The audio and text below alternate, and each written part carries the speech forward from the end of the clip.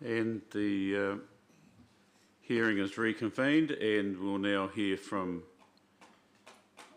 PowerNet. Is that correct?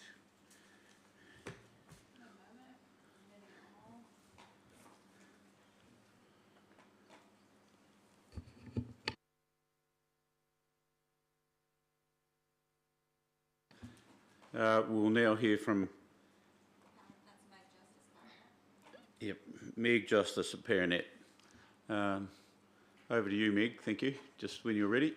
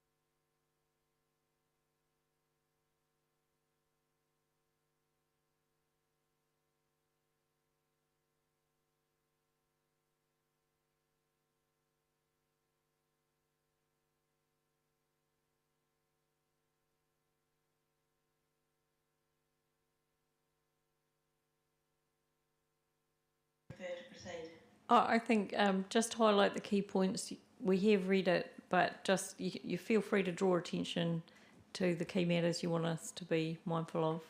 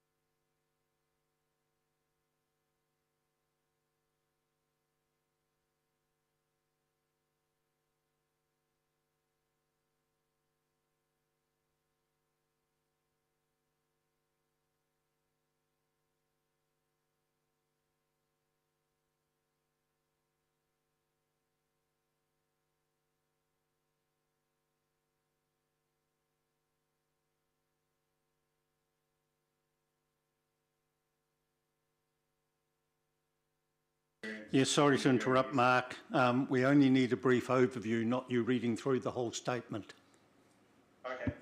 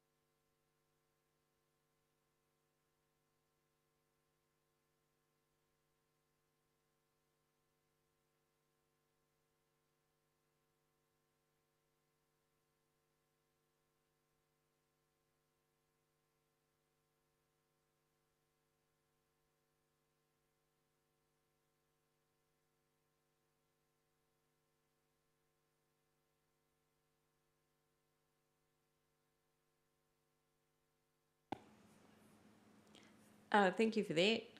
I think there's something quite significant that comes through Ms. Justice's evidence in terms of looking for increased support for the distribution network within the district plan.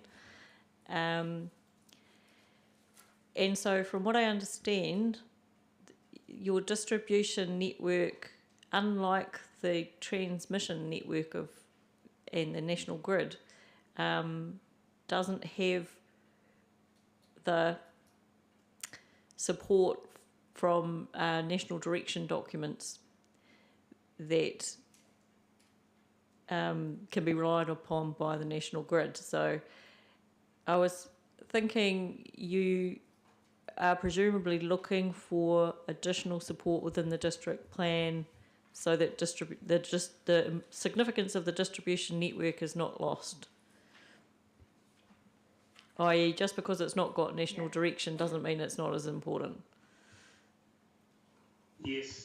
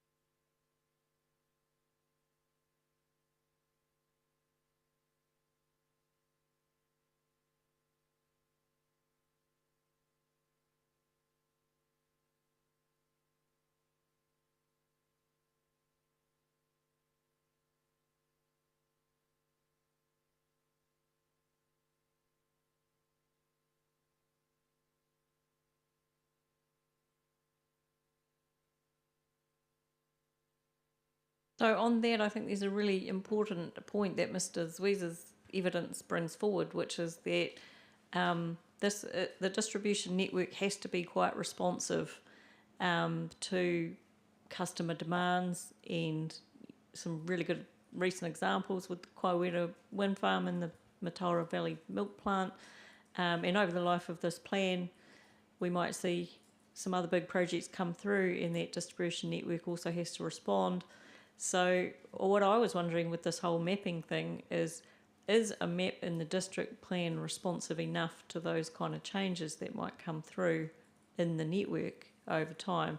So is it that the provisions, so you've put forward some textual provisions and this map, and I wondered if the map might... Did we just lose you for a moment? Yep. I did just lose your voice for a moment. I think I understand your point though. Is the map well, it's static essentially, isn't it? So That's it. That's it. Yeah. And so what I was wondering is if the map was like information that could be updated at any time in relationship with the provisions but not a part of the plan, is that something that you've thought about?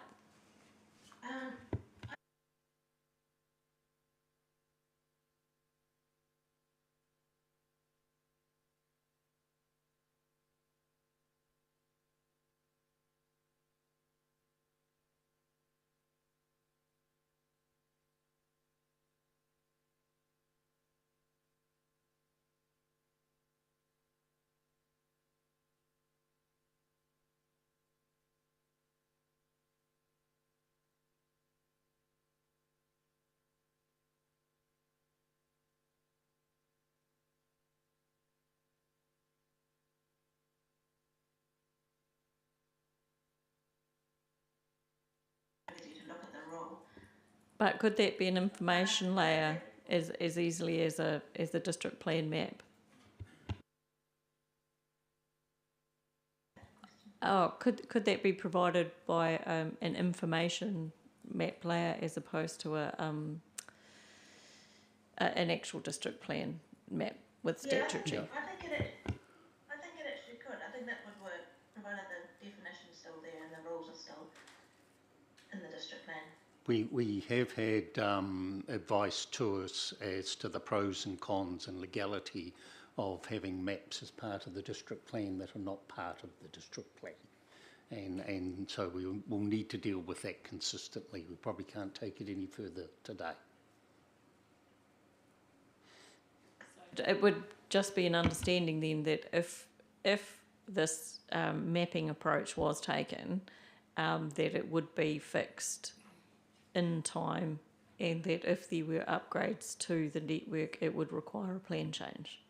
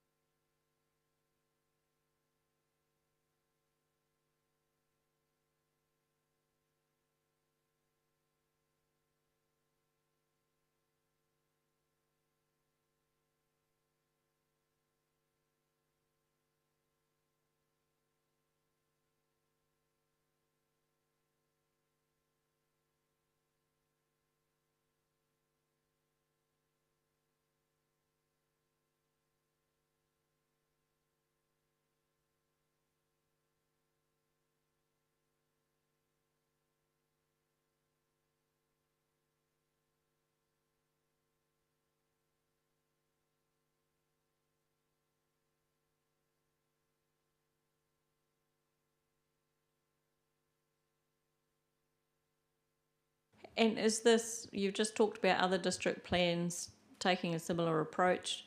Can you point us towards, I mean, have you modelled these provisions off any particular example, or? And I largely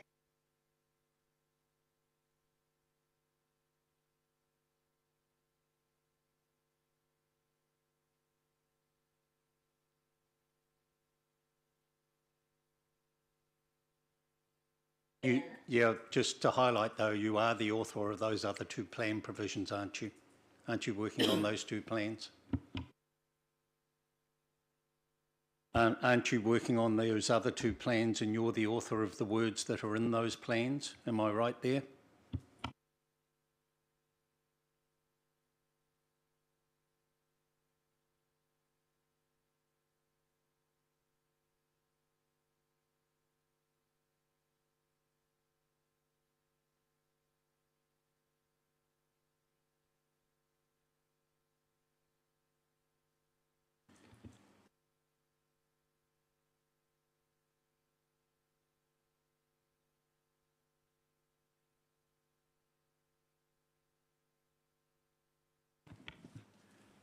Is PearNet able to become a designating authority? yes, it is a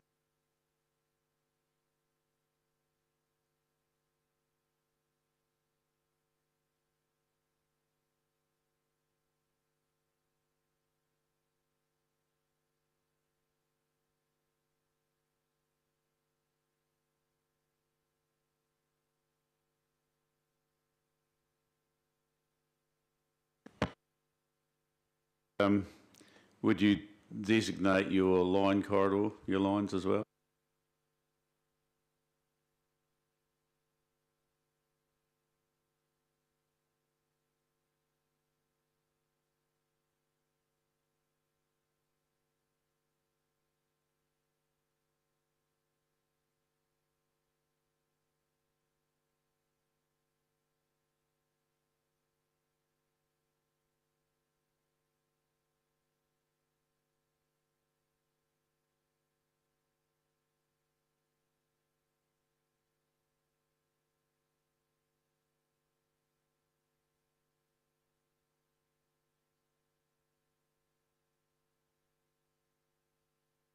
I've been wondering something in terms of the desire to have the distribution network incorporated within the concept of critical infrastructure, and I can understand the reasons for that. What I've been wondering is, is there any critical infrastructure that we want to capture that isn't either a network utility operator or run by a requiring authority? So those two ideas of network utility operator and requiring authority, both of which I understand would apply to PowerNet, would that effectively describe most of what we want to describe as critical infrastructure?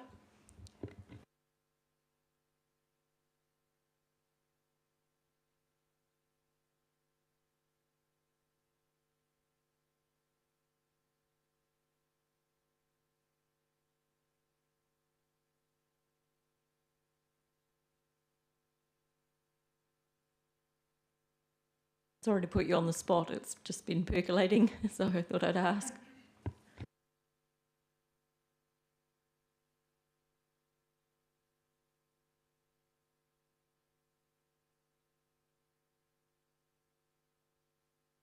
Yeah, and my reason for thinking this way is because of seeing how much effort PowerNet has had to go to sort of say, in the distribution network, we're just as important as these other things. And there's a commonality there in that PowerNet is a network utility operator and a requiring authority. And the reason it's sort of like not automatically sort of popped into the mix is because it's lacking that higher order support, it looks to me, is a reason that it sort of gets forgotten. But then if we are thinking about critical infrastructure, it quite often comes up as lifeline utilities from the, CDEM and all that. But at the heart of it, the distribution network is part of network utilities that are providing those sort of base functions. Yeah, I mean, I think that out those activities and including them in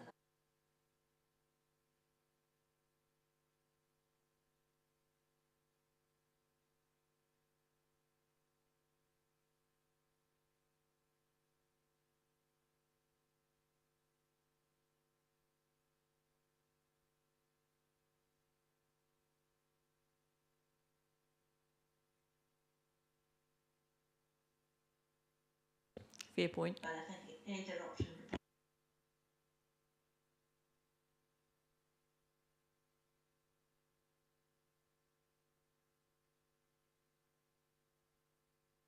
Those were my big questions. Thank you.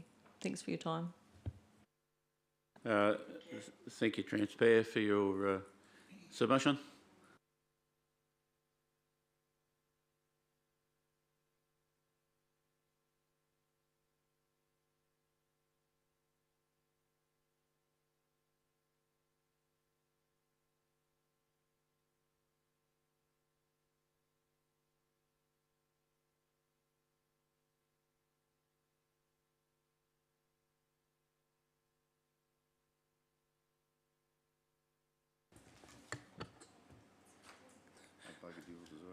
No, just hold it a bit longer. You're on. Okay, Mercury Energy and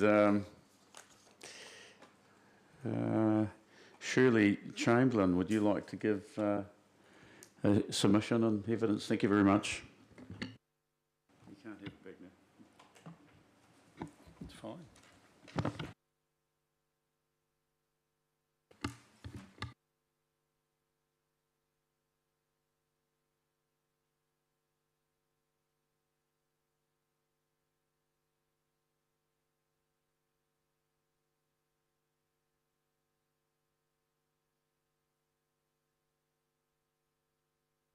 Good afternoon. My name is Shirley Chamberlain and I'm a Principal Policy and Planning Advisor with Mercury Energy. And to my left here is Stuart Davey, and Stuart is our Site Manager for Kaiwera Downs Wind Farm, and Stuart has been on the Kaiwera Downs Wind Farm Stage 1 and is now overseeing the construction of Stage 2. So, yeah. Now, has the panel had the opportunity to read the brief that I've pre-prepared? Would you like me to? So it'd be helpful an overview and introduction just to refresh us and provide a intro for you as well. For those of you that are not familiar, Mercury is now a multi-product utility retailer of electricity, gas and broadband and mobile services. So our interest in the Gore District primarily relates to renewable electricity generation and the development of the Kaiwera Downs wind farm. So we lodged a submission back in November 2023, and that was prepared by Fraser Grappius. Then we have lodged some further submissions in February 2024, which I prepared on behalf of Mercury. And coming today, we're presenting this as a submitted presentation rather than an expert planning brief. So we've had the benefit of having Stuart along today as well, who will be able to answer any of the panel's questions with respect to the wind farm. and myself with more of a planning background and policy planning background. So so in the brief there, I've just given you a bit of information about an overview of the Kaiwera Downs wind farm, which I'm sure you're all familiar with, being able to see it from the town. So I'll take that section as read. Maybe just pause there in respect of section 3 of the brief. By way of context, one of the things that Mercury is working on at the moment is the review of the National Policy Statement for Renewable Electricity Generation. We're working collaboratively there with the other generators and providing input into that process that's being led by the Ministry for the Environment and supported by MB and Te Wahanga. So we anticipate there will be a replacement national direction for this for formal consultation and submission in 2025. That's the timeline, but we have been engaging in that process since 2019. So there, thank you very much for the pre-circulation of the Section 42A report. I'll just skim over those sections there. We've provided just some commentary there around definitions for critical infrastructure, renewable electricity generation definitions, and probably there I'll just pause very briefly on page 5 of the brief. So those two definitions I've popped in the box there for functional need and operational need. Those are two kind of quite key definitions from a renewable electricity generation and transmission perspective. So we're very happy with the definitions that are in the plan. It's just then how they're used in the objectives and policies framework. So there I've given some brief there just to give a little bit of insight there as to how consideration of functional and operational need may work in respect of a wind farm development. So I've set that out at paragraph 4.13. Now this material is the material that I've taken from the work that we've been doing on the replacement National Policy Statement for Renewable Electricity Generation. So we anticipate that these types of considerations are going to hopefully come into national directions in the future. In terms of the relief sought, there's been quite a lot of chopping and changing there with respect to Objective 3 in the Energy chapter. The brief there that we're just suggesting is that we would like to see the use of those two defined terms, functional need and operational need. And probably just one correction from me is that I've missed the word need out of functional in that little relief sought, and when you start doing italics and links in your district plan, it's actually quite important to have it in full rather than functional and operational need. It should actually be functional need and operational need. We're going to an E-plan format, so point noted, and you're correct, it's critical. Yeah. And the other word there that we've added on the end is where practicable, and again that is something that we have been putting forward in the national directions context. So that was it. Well, since we've landed there, it was one of my questions. Do we need those words where practicable? Because I couldn't understand what they were doing. I could understand the objective up to that point, and then when I read those words, I was like, now I don't understand what they're doing. So I'm used to seeing those words sort of down at maybe at a policy level, and in a different context. So if you could just help me with your thinking. I mean, I think that objective would be quite nice and crisp and clear with a full stop after functional need and operational need. The where practicable is really something that comes in terms of some of the other thinking, particularly around effects management frameworks. So, yeah, you are quite correct. The reason I left it in there is you had practical, and so I just made practicable as being the tweak to what was in the original drafting of the policy as notified. Yeah, and the effects management matters, that is something that you would typically see picked up at policy level, and I can see you nodding. Yep. And so then my other question is the one that I'm just going to be asking everyone is, in terms of the functional need and operational need, where are we looking to in those higher instruments to find the need for this in relation to renewable electricity? Just being really clear, it's probably quite easy question with renewable electricity, but I guess that where it's really come from is the development of the national planning standards. So those have come in and given definitions to those terms, and then once that's occurred, we see it filtering through in a lot of case law.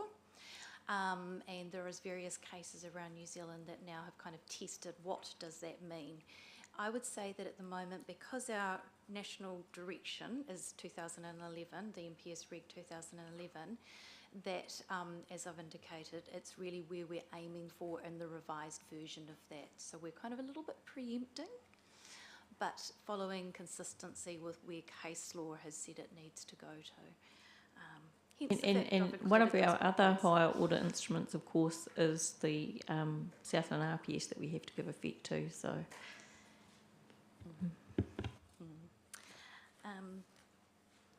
yep. So maybe I'll just finish whizzing through the brief and then take any further questions.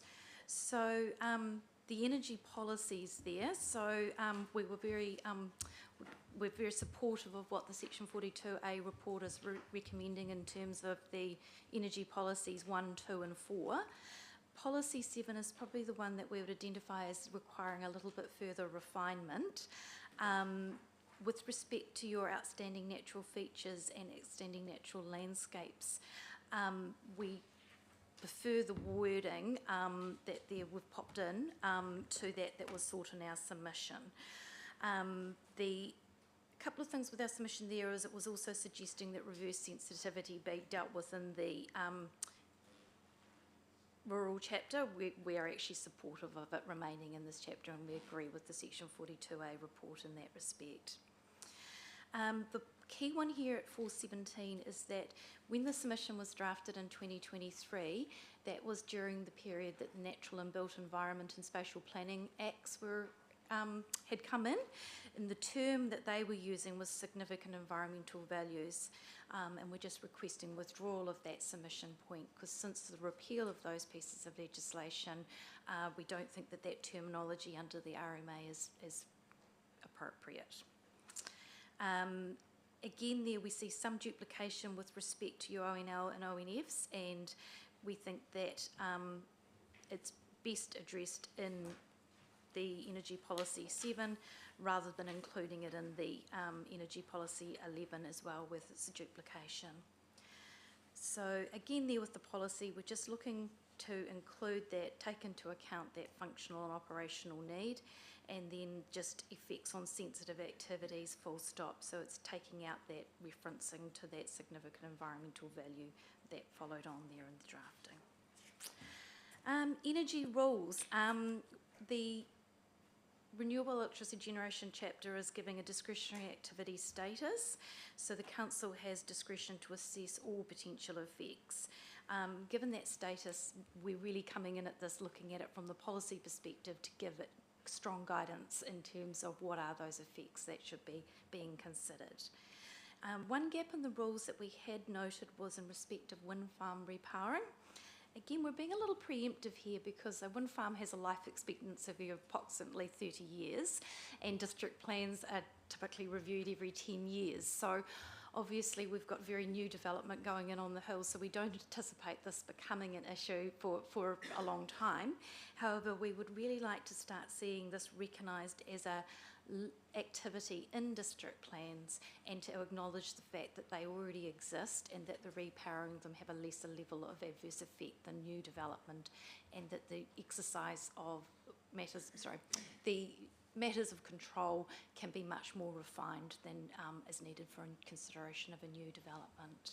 So we're supportive there of the idea of having a controlled activity status for repowering, and I've provided there an idea of a definition which would then take the clutter out of the rules. So we're saying there a little bit of flexibility, but no more than 10% increase in the envelope of a wind farm development. And then the last one is that we've just done some commentary there around wind monitoring masts, and suggested there that the rule would be much more clear if we just put in a distance of 100 metres rather than a multiplier of the height of the mast times 10, which ends up being quite a considerable distance of a 1 kilometre setback. So that was our last one. And we'd just like to say thank you to the panel for this opportunity to present this today. I'm not actually partaking in decision making, but there's links to other bits in the plan, but also on a couple of factual things. And I'm not sure, is the Kaiwera wind farm envelope actually shown in the district plan? No. So I'm wondering, can we legally have a rule that says you can go larger than the envelope if the envelope's not shown in the plan? Because that's controlled by a resource consent. And we've got our legal advisor sitting beside you, so yep, maybe feedback from both will be needed. Yep. Yep. So I think there the wording that I'd put forward was 10% larger than existing. So we have an envelope that has been consented that is now being constructed, stage 1 obviously being completed, stage 2 under construction. So once that becomes existing, the wording that I'd put forward there in the definition was 10% larger than existing. So I hadn't actually used the word envelope in my drafting. The replacement structure envelope is no more than 10% larger than existing was the wording I'd put forward. Does that impact on the resource consent that applies to the land? Or is it an interpretation question in terms of how does someone reading that provision then identify what the existing envelope is, where it relates to in the district, and those sorts of related matters? So if it's not mapped, I would have thought that it would be pretty hard to then interpret, would be my suggestion. So I was, my questions are all around this paragraph 421 in this proposal. So first off, because what I read in the text that you've put forward here is, I think, more jargon than we need is what I would say. So when I read that term repowering and I, read your evidence and thought about it, to me repowering looks like upgrade. Like I might think of that as you're upgrading this asset because it's run to the end of its life, you've done all your operation, repairs and maintenance, and it's time for an upgrade. And then, so I'm thinking, how would this be different to upgrading other kinds of infrastructure that have a similar sort of, they'll have a footprint and then they might need an upgrade, and there'll be some different elements that come along with upgrade. So you want to manage the extent of the upgrade, so it's not it hits a threshold, it's a minor upgrade versus this needs to go through quite a different process. So I can understand the approach of saying, and I think what you're doing is you're saying this is an upgrade of a lesser extent, it's no more than 10% increase. Now, this is where it gets interesting, because it's 10% increase on what, is what I thought to myself. You've used an envelope idea as a constraint. I don't think it's particularly helpful for the reasons that have just come up around what does this mean? Is it a map? Is it a footprint? What is it? So what I wondered was, are you really talking about a 10% increase in the dimensions of replacement structures? Is that what we're talking about? Like the dimensions might be its footprint in space, height, I don't know, turbine arms, like whatever that is. It seemed to me that it was things like height and width and So maybe it might be helpful to give the panel an example. So repowering was a term that was relatively new to me as well, and you're quite correct. Upgrading has been more the traditional term used with respect to infrastructure. The term really has come through from the Te Rere Hau wind farm, which is on the Tararuas near Palmerston North. And that was quite a unique one because it was developed by New Zealand Wind Farms with the two-blade turbines. So quite a different, smaller turbines, a lot more of them, two blades. And they've come along and they've decided to, at the end of those turbine life, replace those with a smaller number of larger turbines, and that's gone through the fast track COVID-19 process. And I've included a footnote in here with a link to that. So that's just by way of an example of a repowering of a wind farm in New Zealand, and that's the most recent example that I'm aware of that's been through a consenting process. so again, thinking about that example, because I was imagining maybe some stuff like that too, I'm like, how do we marry that up with a 10% increase? What is the 10% increase when you've got a very different product? It's bigger, but there's less of them. How do we even get to a meaningful 10% figure out of that? And I think the 10% figure came as part of our scope of submission, which was put in there when they drafted the submission, and I've continued it over. So I think there that it hasn't really been tested in terms of whether that is an appropriate parameter. As I say, there hasn't been repowering occurring yet of wind farms in New Zealand. As I'm aware, there's only the Te Rere Hau one that has gone through the process. So what I would imagine will happen going forward is that the technology will change over time. We're already seeing that now. So say, for example, on the Tararua range, again, Mercury has the original Tararua wind farm ownership, and some of the very early turbines are on the old lattice towers through to the Vestas V90s up in that wind farm. They look totally different. At some stage we're going to be looking to repower that wind farm. We're not going to be putting lattice towers back in on the Tararuas. It will be the newer model turbines and equipment. The number, etc., will need to be worked through. I guess the point here is, at a policy and a principle level, is should that be treated the same as a new resource consent with a discretionary activity status, enabling a council to consider all the potential effects of a wind farm development as if it was greenfield, or should it be given a status that enables greater certainty to the wind farm owner to be able to proceed with that process, a controlled activity that has specific matters of control and much more certainty in outcome? Then from that principle work through the parameters around how to define repowering, which is, as I say, a relatively new concept. So I think I understand everything that you're talking about and why this would be a desirable thing from the industry perspective and continuity of investment and all of those things.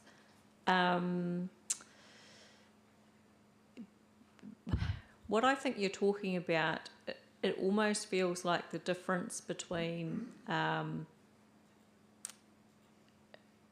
whether you're talking about a change of conditions or a new consent. When you're in a consenting scenario, it's the difference between the impact, the existing environment as it is under the resource consent, and any change beyond that, and degree of change beyond that. And the problem that we've got is how on earth do we talk about that degree of change beyond that? But I think what you're getting at is this has existed in the environment and been tested, and it's had this envelope of effects. It's really more than just probably the dimensions of the thing. It's had this envelope of effects. We know what those are. And we're doing this upgrade, and the envelope of effects will shift in this way. In some ways it might shift down, in some ways it might increase. And it's how on earth do we define that? And putting a slightly different hat on in terms of New Zealand's drivers behind renewable energy, in terms of increasing our supply of renewable electricity generation to meet the targets and for emissions reduction purposes, climate change. So our enabling end of the policies also basically are directing us to be more enabling in our district plans. Part of that is we see as a operator of these sites that longer term, you know, we don't want to see them decommissioned. We want that certainty that in X number of years, when those pieces of technology have come to end of life, that we can go in and that we can renew them and that they will continue to contribute to New Zealand's renewable electricity supply. So is it that if the desire is to have a controlled activity, i.e. we want this thing to continue, it will just be with whatever new technology is available within that footprint? Is the matter of control, one of the matters of control, actually the any increase in adverse effect from the prior usage of the site or something like that? So is that what you mean by increased operational effects? Because I wasn't really sure what that meant in your proposed wording. Yeah, I was a little bit constrained by scope there because those were drafted in our original submission, so I just shortened them slightly. So I think there you have the short-term construction effects, which would be for a repowering project, Stuart. Well, the short-term effects would be just the construction activity, so you'd probably have to take your old turbines down, lie the towers down. You'd probably have to redig the foundation. So some of the infrastructure, for example, for the crane laydowns and stuff like that, the pads that have been built have been rehabbed. So you might have to, for example, build a pad so that you can lay a crane boom down, things like that. So as you see the site at the moment, there would probably be some further earthworks that has to go on. And depending on what you put there as to how much of that would be taken out or how much would be put back the way it was would depend on the machine you're putting up, I suspect. Does that answer your question? Yep, thank you. And so there in point 2, we've got increased operational effects. So that's really come very strongly from the Te Rere Hau one, where the two-blade turbines were actually quite noisy. So there was some noise issues around those, and actually by going to the less number of bigger turbines, they just have changed their noise modelling. So that, I guess, 2 and 3 were really relating to the noise aspect with respect to the wind farmed noise. Probably what is missing from that list is possibly, as you're correctly identifying, the visual / envelope piece. I think that's the thing for me is it might not be operational, just operational. It might be sort of structural or visual or whatever you want to call that, and that we do know that that does often come up. And if you are talking about different scales And in terms of scope, I suspect the council does have some scope there because a new wind farm development is a discretionary activity and we're requesting a controlled activity for a subset of. Therefore, you probably do have scope to draft further matters of control in there that reflect your perception of the potential adverse effects that you need to manage, and I think that that would be a good outcome. I think I understand the direction of your submission, and you've just said at the end of the life of that present wind farm, you want to be able to replace it. You're not going to walk away from that site, and so you don't want to have to start again in the consent process. And I was involved in the original consent process. But if there was an additional or a new addition, that would have to go through a new process. So if there's stage 3 Kaiwera Downs extending on another hill towards Gore Township that doesn't exist, then that would be a new consent as a discretionary activity, and we accept that. But what our emphasis there is we would really like to see those objectives and policies in the energy chapter really reflect that enabling provisions that are directed by the MPS reg, as well as the consideration of adverse effects. I guess one of the things that underpins this is a direction of central government to encourage renewable energies. At the time that Kaiwera was going through a consent process, there was no thought in the old plan, and yes, it was able to be accommodated. You got plenty of wind out there, Stuart? Well, not today. I brought the sunshine with me. Yeah. I think if you go out to Kaiwera Downs now and see that we're taking the farm apart, building the roads and the necessary infrastructure, there's a lot of stuff going on with the initial construction process that simply won't have to happen on number 2. We've got our hard stands and that all built. The roads are all in, the culverts are all in, all the silt protection stuff's already there. So on a repair job, I imagine that most of the construction process is actually going to happen at each hard stand. So you've got a relatively small area of the farm affected when you're repairing. It's directly on those hard stands where you're actually working. So if you go to Kaiwera Downs now and have a look and you think, well, what are these guys doing? Because it's been wet as well, I probably shouldn't say a bomb site, should I? But it's there's a lot of stuff being taken apart that needs to be put back together, but that simply wouldn't happen on a repair. Just further on from that, at the time of when the initial consent was applied for, there was obviously concerns from people in the area. And now that it's up and running, how do you get on with your neighbours?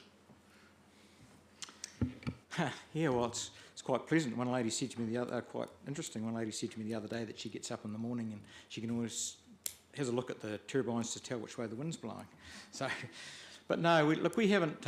One of the biggest complaints that we have is the lights. For some reason that pushes people's buttons, but a lot of people have said they're pleasantly surprised at how much, after a while, they just become part of the landscape. So we don't have people who are violently opposed to the wind farm being in place, funnily enough. Yeah. So I think people have accepted it as part of the landscape. And hopefully don't have... Just explain about your community fund a little bit as well. So Mercury does have a community fund, which I think on KD1 is running at about 20,000. There's probably scope to increase that considerably for KD2. So that community fund is run completely by people in the district who have put their hand up to say that they want to be part of that community. We allocate the funds, call for people to put their hand up for funding, and that community group decides who gets the money and who doesn't. So it's not really even a Mercury thing. I think that some of the things that Mercury are concerned about, if there's different causes that might cut across Mercury's, what's the word I'm looking for? Some of the things that Mercury hold dear, but beyond that, Mercury has no involvement with that community funding. So, and then throughout the life of the project too, there's different things get funded on the way through. So there's quite a concern to make sure that we're good neighbours in the district and that people get a slice of the action here. There was quite a concern about noise, and I have heard a couple of comments from neighbouring landowners. Okay. Is that like you within the limits of the noise that hasn't been... Yeah, well, noise is quite an interesting thing actually, because you can stand underneath the turbine going at the maximum at full production and you can hold a conversation. I think 58 decibels is this. There's a lot more noise from the... Looks like I'm being an advocate for... Yeah, I'm thinking of time, guys. Let's focus on the issues before us rather than those that extend beyond what we should be considering today. Come up and I'll have a listen. Yeah. So I've got, just as we've been talking, some of this has landed a little better for me, and what I've been wondering as I reread your definition is, do we even need to be talking about the 10% larger if by using the term existing presumably ties us to an area of existing activity, and if we are focusing on the different kinds of effects that might arise through the replacement, that in itself might do the job. So we may be better to not even be thinking around this 10% larger kind of aspect and really just focus on this as replacement of existing for these purposes, and we get to consider these kind of effects that might arise from that and control those that could do the job potentially. Yes. As I say, the 10% came from our primary submission, so I was trying to carry it through, but I agree with you that that would be a good approach. We'll deliberate on those issue and ask yourself the question. I've got no further questions. Have you got anything else that you wish to add? Any further questions from No. Mr. No, Bell? just so it's recorded better, what you said there was that... sorry, I pushed it twice. So that it's recorded on the sound system. It wouldn't have come through when you spoke nice and softly. The 10% figure, you're quite happy for that to be deleted of the provision you've got there. Yes. Well, thank you for your submission, and we'll now hear from Transpair, Ainsley McLeod and Rebecca Ing. If that's correct.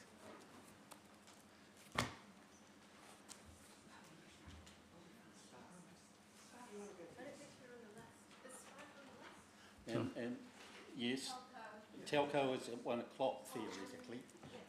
Sorry, I thought we were at 12:45. Is there an update? Okay, I was conscious we've got booked this afternoon. I'll probably jump in here. Do you have a time constraint to catch an aeroplane or something? Yes. And But that can be shifted if necessary, I guess. So it's in your hands. Go on, Ainsley. I'll be fast.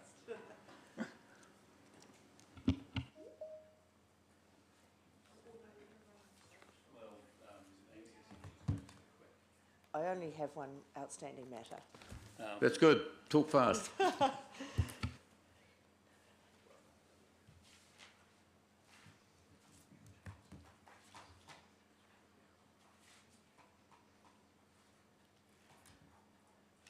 I see we've got Rebecca online, and I believe you've met both of us before. I'm happy to kick off unless, Rebecca, you have anything to begin? No, Tēnā koutou. I was purely just going to introduce you, Ms McLeod, because I don't have anything to add. I don't have any other evidence, so I can just hand straight over to you. Thank you very much. Thank you. Well, thank you for your time today, and I do anticipate being very brief, and I understand there's only one outstanding matter because I agree with the majority of recommendations in the Section 42A reports. I also agree with the further recommendations made in the supplementary evidence in relation to earthworks, and I similarly agree with all but one of the further recommendations made in the supplementary evidence in relation to the infrastructure chapter. I wish to acknowledge and express my appreciation for the opportunity to have some dialogue following the filing of my evidence and before today, and that certainly narrowed matters a lot. Attachment A to my evidence includes the table that sets out where I agree with and support the Section 42A report recommendations. And I also today confirm my support for the recommendations in the supplementary evidence in respect of it. And I'll just list those so that you know that I agree. Objective INFR 01, policy INFR P6, policy INFR P7, policy rule INFR R4 and standard INFR S5. I also agree in relation to the exemptions to the earthworks rules and rule EWR12. So, and in that, there's just one brief comment I have in relation to policy INFR P7, clause 3.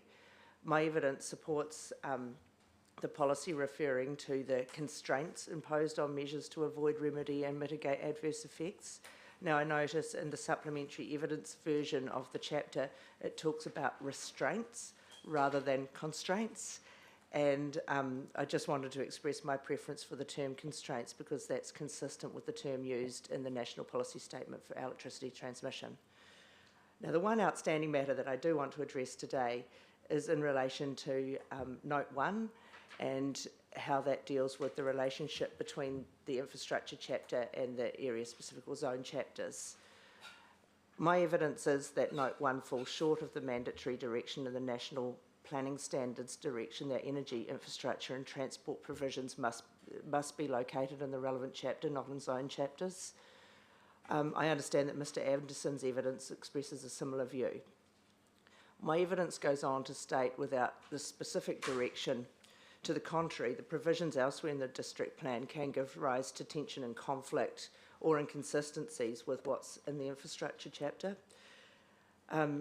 Transpower's submission identifies some provisions in the zone chapters where this is the case because the language used in those provisions doesn't give effect to the National Policy Statement for Electricity Transmission, and that's because those provisions have the potential to prevent the national grid being located in that specific zone.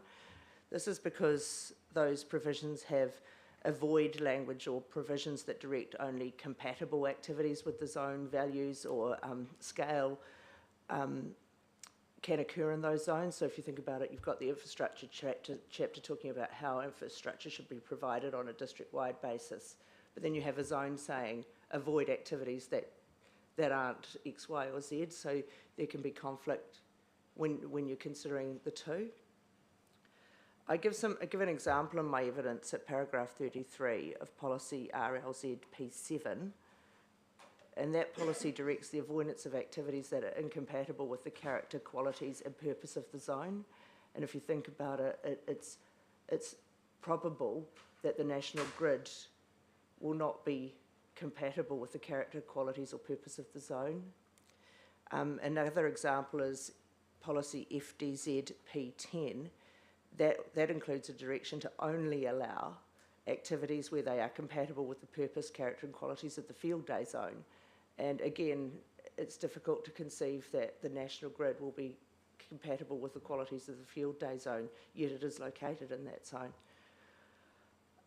The supplementary evidence states that the area-specific considerations that such considerations are appropriate, and I agree it's appropriate to consider the context within which the national grid may be located, but I consider this as adequately addressed by the policies in the infrastructure chapter, and particularly policy INFR P7, as it is recommended for amendment by the Section 42A report. This provides for the avoiding, remedying and mitigating of adverse effects on, and it uses the term sensitive environments, and importantly, adjoining activities, sites and ecosystems, ecosystem health.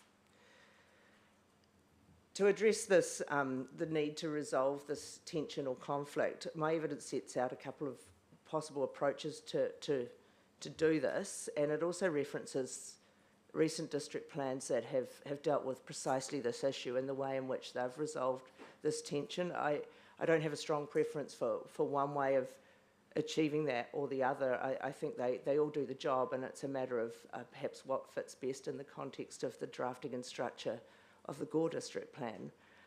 These are set out in paragraphs 38 and 39 of my evidence. That's brief. Run over here, other authorities have dealt with this conflict between the national grid and being inhibited by rules within zones. Yes. Well, there are different approaches in different plans, and if you go to those paragraphs, 38 and 39 of my evidence, in the Mackenzie District Plan, they've taken a very direct approach to saying, okay, here's the infrastructure chapter, and now here are the provisions that also need to apply elsewhere in the plan, and anything else doesn't. So they've actually picked out precisely what would apply to infrastructure as well as the infrastructure chapter. In Timaru, they're proposing a different approach that is just to say that the zone objectives and policies don't apply. Or prevail, in fact. Maybe that's so subtly don't different. Prevail. Yeah, prevail, yeah. Yeah. which is, you know, that's potentially quite a good option because it allows the zone provisions to sort of sit there in the background. But if you do have that conflict, you're saying, well, actually over here we've got the infrastructure provisions and they're what's meant to sort of prevail over the others.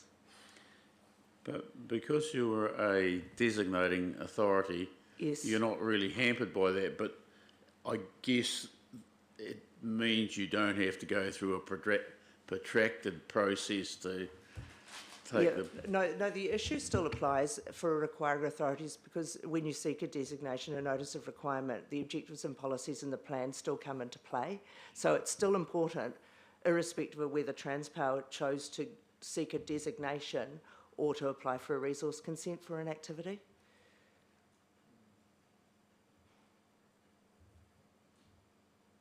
So the statutory tests for designations still require you to consider the objectives and policies of the plan, so they're still important.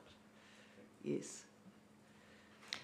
Is the main point here that point around the role of the national planning standards and guiding expectations around the relationship between? Because it does seem to me that it is very directive about wanting to see infrastructure provisions in the infrastructure chapter, and where they are not housed there, then there are cross-references, and it's got some very specific directions around special purpose zones that might contain these provisions. But you know, it's limiting where it's expecting to see infrastructure provisions dealt with. Yes, I think it's a clear direction, but I also think it's clear that this district plan isn't the only one that's grappling with how to implement those planning standards. I think the Mackenzie example might be one that's really tried to go down that cross-referencing approach, but the issue arises in, you know, dealing with what are mandatory directions in an actual drafting sense.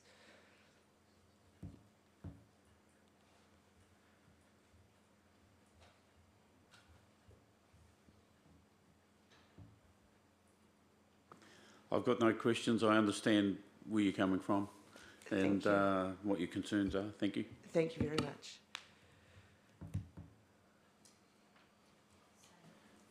Thank you. Any questions, Maria? No, I can have a question, but I think what I can do is just pick it up with them. Okay. Thank you very much. I was brief. That was very good. Do you have anything to add? No, sir. Thank you. Okay, I thank you very much for your evidence and submission. You'll hear from us. Thank you.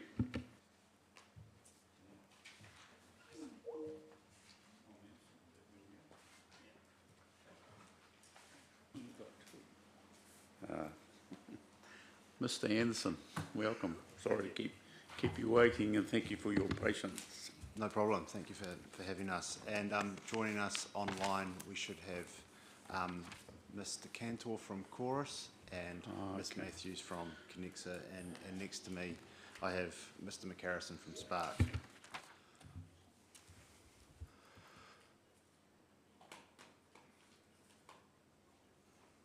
So I'll Proceed with your certainly just waiting for the others to join us.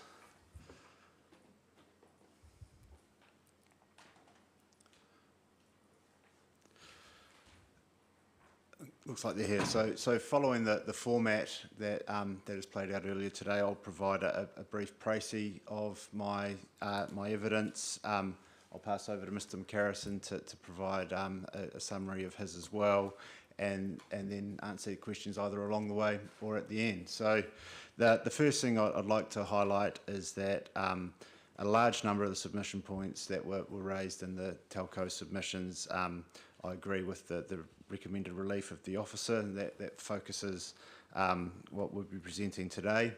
The next point to pick up on echoes what Transpower have just presented around the standalone nature of the energy and infrastructure chapter in alignment with the national planning standards, and I've put some amendments to note 1 in my evidence, which I think would achieve that alignment.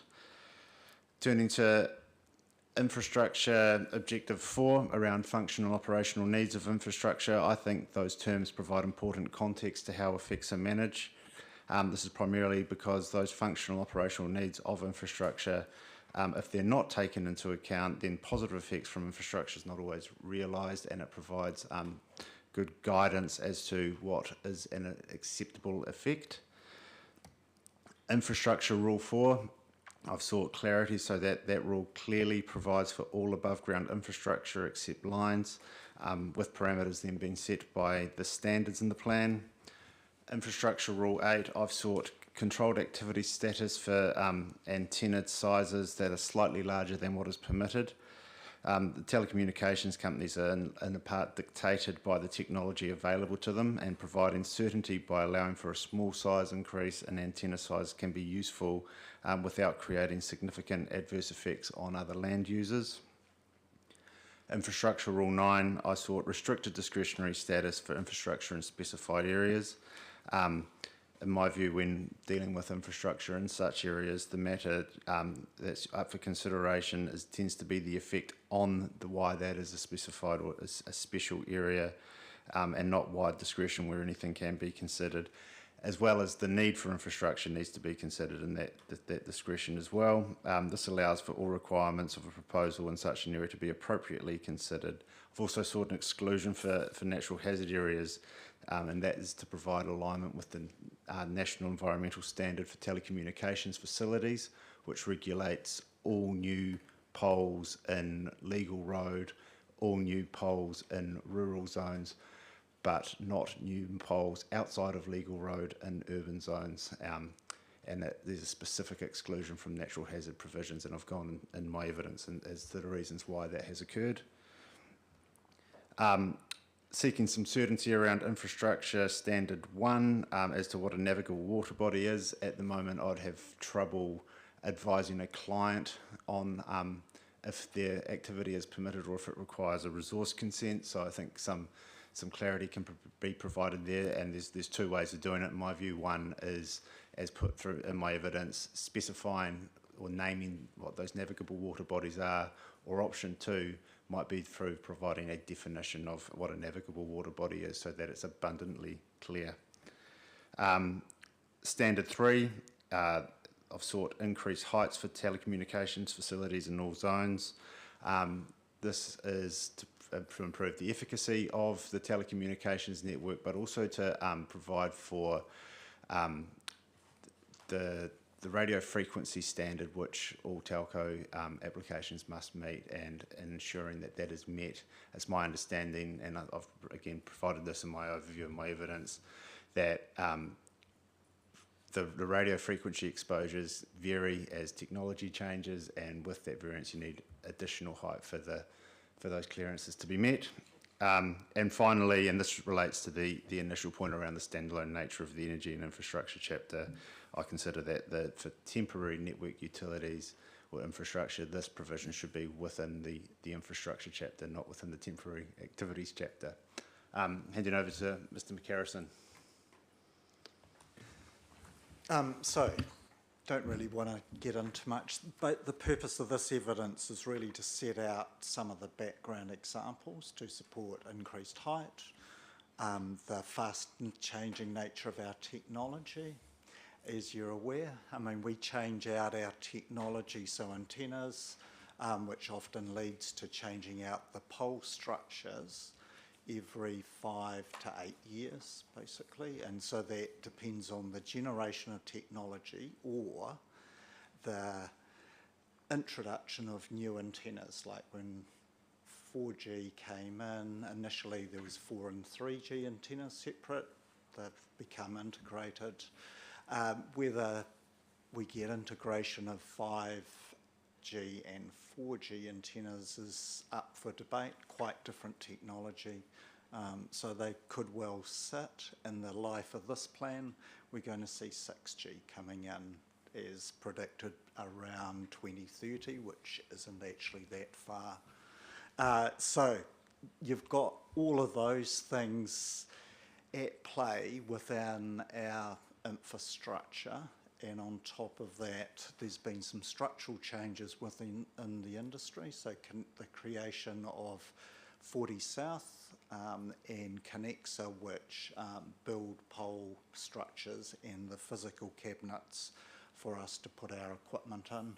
It's integrated, it all happens at the same time, so same contractors, generally managed by our pole companies for the whole construction consenting process. So that has some pictures around that, and then just some clear examples of what the advantage of height, particularly in rural. So some of the standards nationally that we're going for are reflected within this. It makes it easier for us to standardise our pole and keep our costs managed. But in rural areas, 30 and 40 degrees was something that we first initiated the conversations within the Canterbury councils to get some initial agreement. So you've seen that roll out through the Canterbury councils to give 40 metres for encourage co-location, 35 metres to enable us to look over trees, basically. And there's diagrams that indicate just what those barriers are. In our urban areas, additional height because of residential changes and developments, probably less of an interest, but you never know. It is something. Housing's a big topic within government, promoting it, having cell towers that have at least 5 metres above building height to provide for our coverage and health and safety. They are the main things. Happy to take questions on that. I'll just see if Andrew or Fiona online have anything to add. Andrew, around Chorus's role for the telco network. I think Graham's covered the mobile aspect.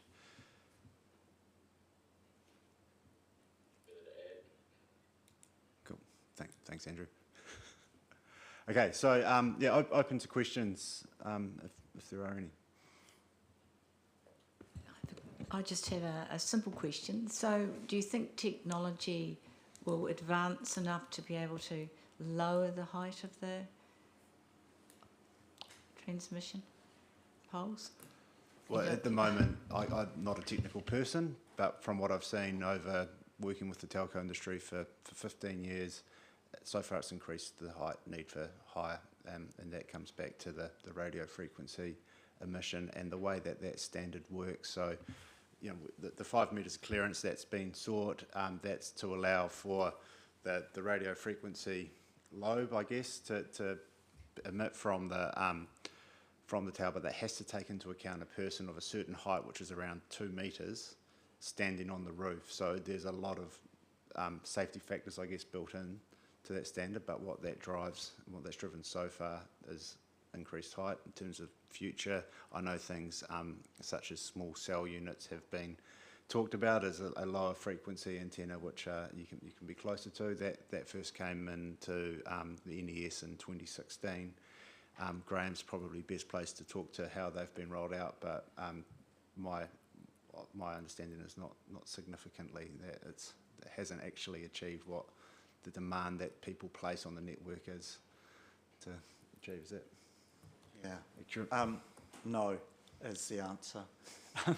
And so with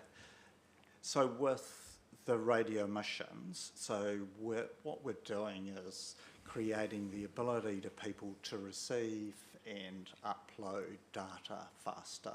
And so the radio spectrums that we're starting to use, we haven't quite got the full 5G spectrum yet, so millimetre wave spectrum to get the performance into the 20 gigabytes a second category. We're still, for mobile, hitting around the 1.5, headed toward 5 out of an antenna. So what that means is that there's a lot more radio emissions coming out in single beam, so the strength of them's higher, so we're needing to have the antennas just higher up, basically, well out of the range of where people would normally be.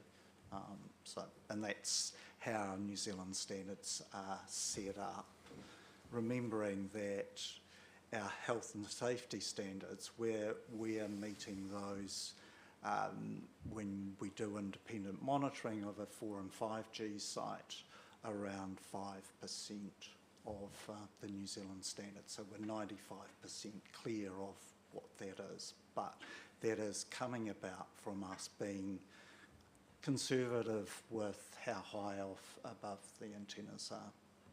In lots of ways it's visually probably a lot easier. It's very hard to tell distance, so if you increase something by 5 metres, standing near it, 100 metres away or underneath it, to work out, is this 15 metres, is it 20, is it 25 or 35? The only way we and all of us that do it all the time get it right is with a laser measuring tool, basically. Yep, you can put a group of 5 engineers or planners, like if Fiona, Andrew and I went out, unfair Andrew, given he works in fibre, we would not come up with the same answer if you blind tested us, basically. So yeah.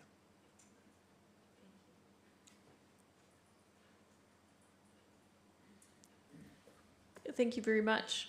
I've got probably like a noob question from your paragraph 3.2. What is an exabyte? You've explained the other. Oh. Yes. And I was like, I wonder what that one is. Yeah, it's just going up into the next level of another 1,000, million type bytes, basically. It's one of those stupid, I suppose it's like the American national debt. It has numbers that long compared to New Zealand's. But yeah, sorry. I did know the answer. I can't remember how many 100 zeros that is. It's just a lot. Was it more than the other one that you did give Yes. the numbers for? Yeah, Yes. yeah, Yes. yeah. That's It's the next Yeah. category up, basically. Yep. And a second noob question, what's our IoT devices? I felt like I should know what Oh, they're... right. That's the stupid... Sorry, I said that it's Internet of Things devices. So if you think about... a drone can be one of those. Our sensors for monitoring water quality, noise, vibration are the most common ones. But we're using those for measuring soil quality, all sorts of things now. And yeah, So that's the link to the agricultural sensitivity point. Yeah. So if we're thinking about our future, most things from light bulbs have the ability to be connected to the internet. Out of that, you have the ability to then create data and provide analytics back. And so that's where it's just happening really fast. It's a big part of our business in terms of, so if you think about water quality at the moment, we have sensors that would remove the need for scientists to regularly do an annual monitor. You could do it in real time, 100% of the time, for the majority of the quality science that these are actually physically having to do. So it's great technology, reasonably low cost. We're set up for like water quality is just one of those big things in New Zealand. So the Avon River has them up and down it at the moment. They sit in it or hang off a bridge. Flood monitoring is kind of the big one. We work with a number of the organisations, regional councils, about setting those up for really fast AI-triggered monitoring warnings, basically, then into the National Emergency Centre. So this leads me to my next question, which is from reading your paragraph 3.14 and thinking about what coverage is like in the Gore district, and there's a difference between the ultra-fast broadband coverage and mobile coverage, but these different types of coverage provide connectivity. So over the life of this plan, what do you think is the most likely approach to improving connectivity across rural communities of the Gore district? Yeah, so at the moment, Chorus and Spark are having an impact. Within the industry, so within the mobile industry, we're closing down the 3G network, which is the network that is the most connected for voice and text, basically, sort of. And that's been closed down so that it can be utilised for 5G rural connectivity. So the map that I have on page 15, which shows 5G picked on our Spark network, the other networks are similar, but it's based around the towns. And one of the programs with government at the moment is to repurpose that 3G and the old television spectrum to be put into 5G rural, which can go a lot further. So those bands will get swapped out on our existing rural towers to provide pretty good coverage. Come back in 5 years, that will have quite basically be filled into a hopefully reasonably similar footprint to the 4G, which covers the Gore district. So that's where it's moving. So it's how we use existing spectrums. The copper network disappears and people are dependent on a digital network, either in the places that don't have any 4G coverage to use mobile and Wi-Fi broadband calling, then satellite services.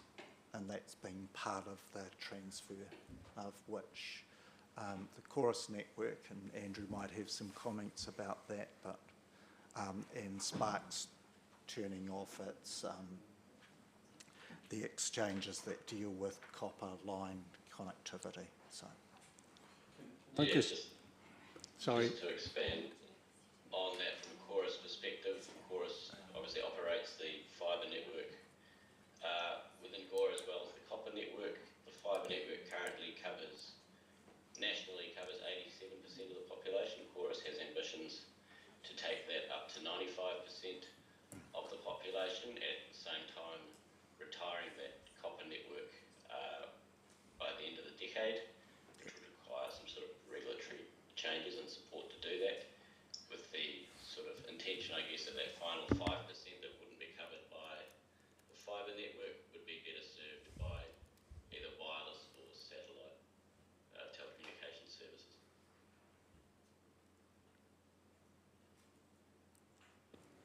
Can I just go back a little bit to the comments made about the temporary network utilities provisions that are sitting currently in the temporary activities chapter? Certainly. And they were brought in as a result of submissions and show up in red on our copy, which is added from the 42A report.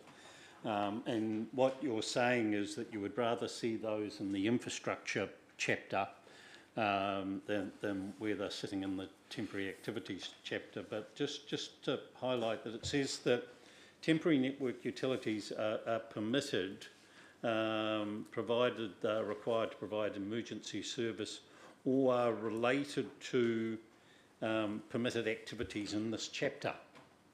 So how do you envisage us actually dealing with taking something like that out while at the same time leaving permitted activity status when there's a major event on, like at the Field Day site, that allow them to put in temporary facilities? Yes, that's a good point there. I hadn't quite picked up on that nuance, but looking at it again with fresh eyes now,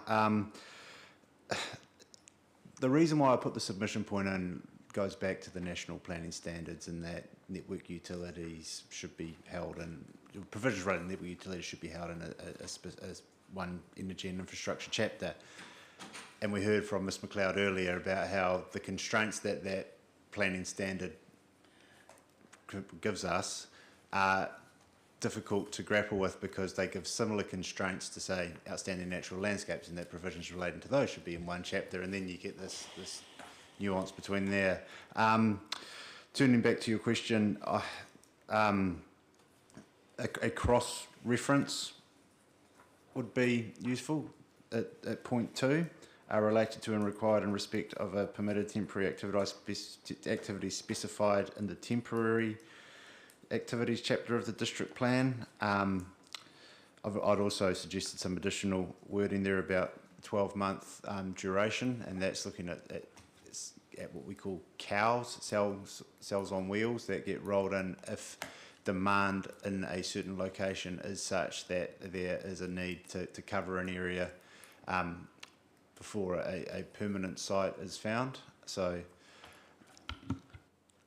okay, so what Transpower was suggesting, the two options of dealing with that issue, and one was to have a table that actually listed all the relevant rules, yes, which I think you've alluded to, yes, or else in effect duplicating, but in some way. Yeah, yes. Yeah. It's I don't think there is really a right or wrong answer, but as long as there's a consistent approach through the plan, because duplication is something I want to steer clear of, but providing for all network utility activities in one location is something I'm a big fan of in terms of a regular user of these from a consents perspective, that to ensure you're not missing something. So an upfront table works, or including ensuring all relevant. Okay, yeah. So the national planning standards, do they envisage an e-plan where one places a document? No, because they speak about chapters. Ah, okay. Yeah. Yeah. I mean, the national planning standards, I think, are really well intended, but there are some mechanics that haven't quite played out in reality, and that's left to us to deal with for each district plan. And as a consultant to national network utility providers and a regular plan user, it is much easier when everything is in a single chapter. But I appreciate that the usual plan users, that the locals get used to a district plan on a different scale and a different way it's laid out. So that's why I say there's no right or wrong answer. There's a nuance that you want to ensure that you pick up. Well, I guess is an indicator that the philosophy that you're promoting there and the way we look at district plans is very similar to the philosophy that us rural people look at when we're looking at the quality of service we get from our telcos for,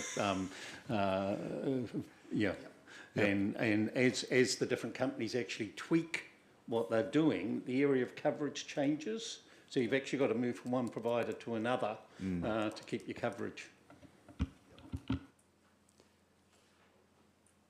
So since Commissioner Fowell has picked up this temporary activity matter, I have some further questions on it. So I've also seen that same issue that he's raised.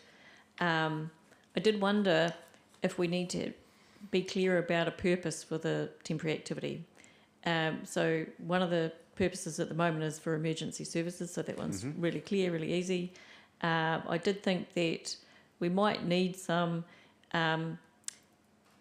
care around the controls and limits and use of the rule and its temporary nature and what's driving the purpose of the activity. So I thought even if it was on an including basis as opposed to being fully limited, but to give us a sense of when is this going to kick in, for what kinds of reasons. And you've provided some of that in your evidence, but I just think it probably needs to come through in the rule itself.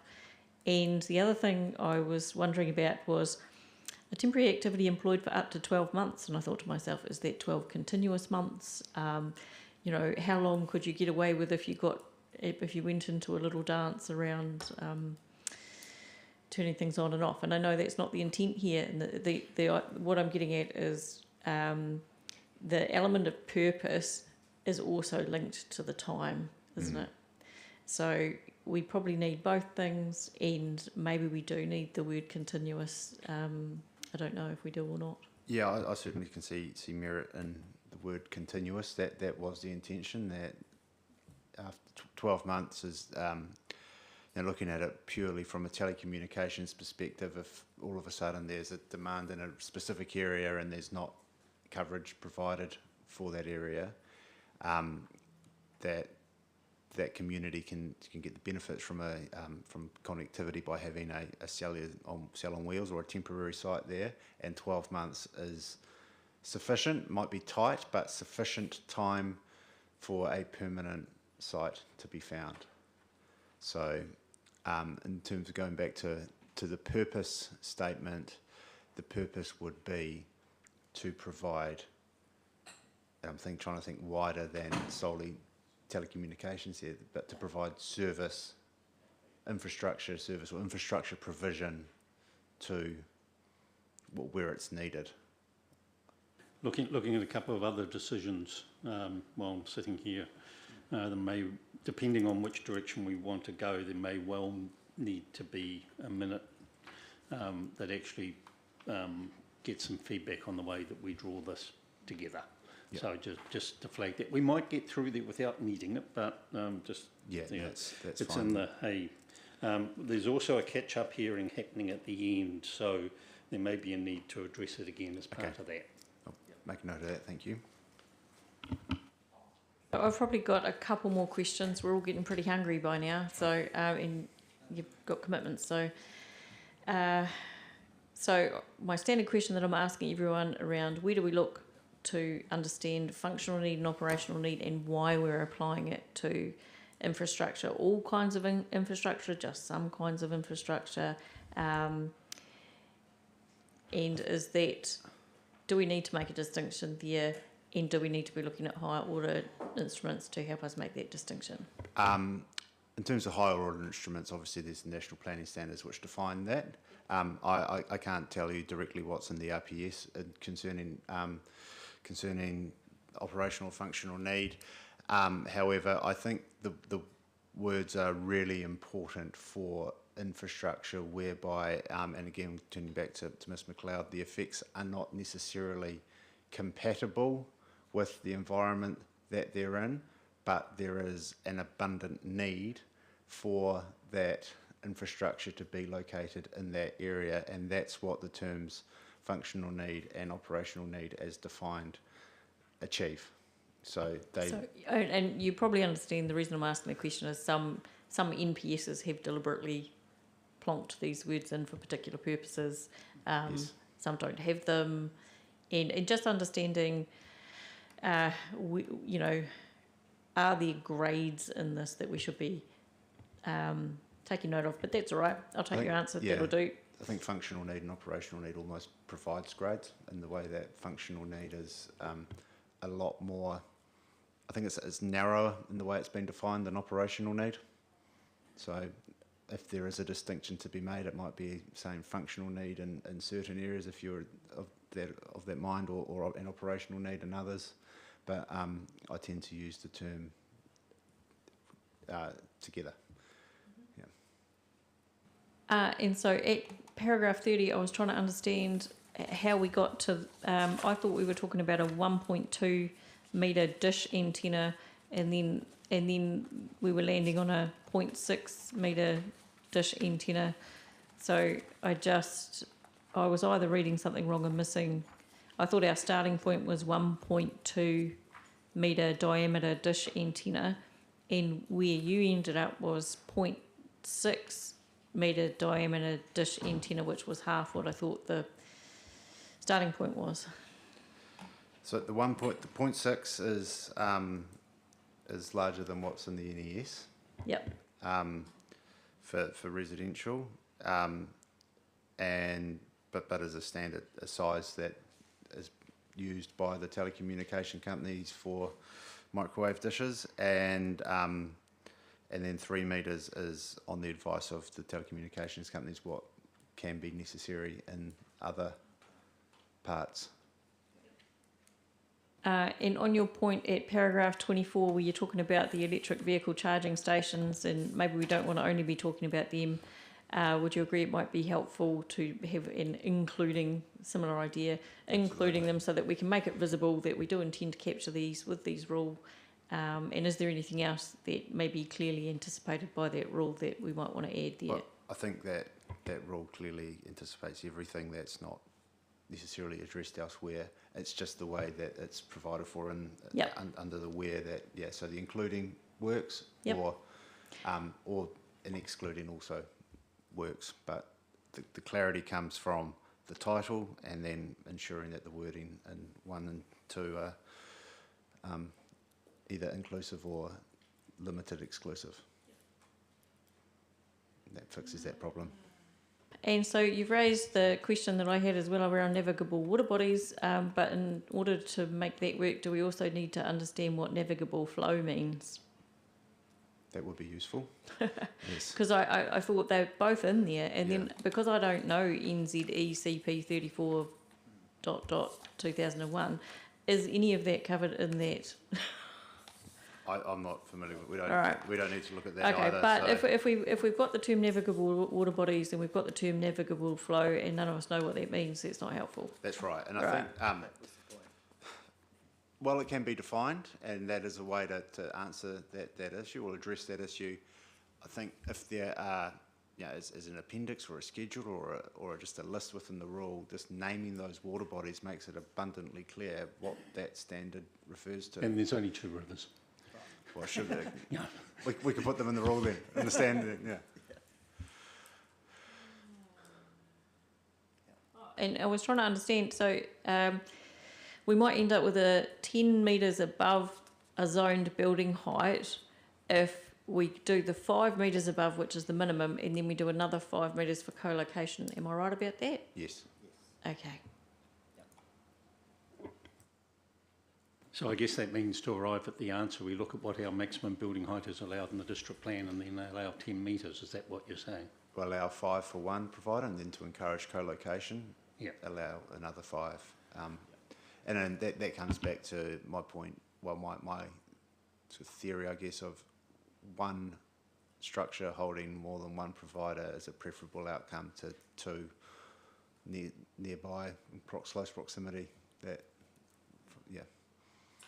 And so in your paragraph 67, you're talking about matters of control, you're talking about this height matter, and I thought to myself, is height the only relevant matter of control? Might we also still want to be controlling other site-specific sort of matters around positioning or location or something? So that's in regard there to the rural zones only.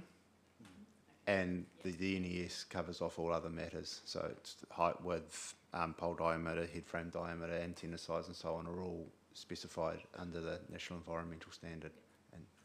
But you don't think in the rural zone site-specific things might come into play? Well, they can't be controlled through the district plan necessarily if we've got that National Environmental Standard. Yep. So.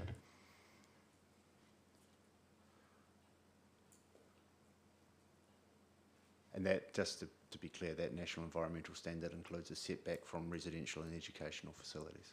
So, yeah, agreed. Right. Parts of that were all very mysterious, but thank you very much. Yeah, no problem. Just anything to add, Andrew or Fiona? Add to the mystery? Nothing from me. Thanks for your time. And Andrew and Fiona, can you just give us a quality check? What's the sound like coming through to you guys? It's passable. I can clearly understand and articulate most of your words. Thank you for your time. So that is a good question. It's good telcos. Just to recap, functional and operational needs, particularly providing for emergencies and increasing pole heights. Your main issue. That's the crux of it, yes. Yep. Thank you very much. Thank you.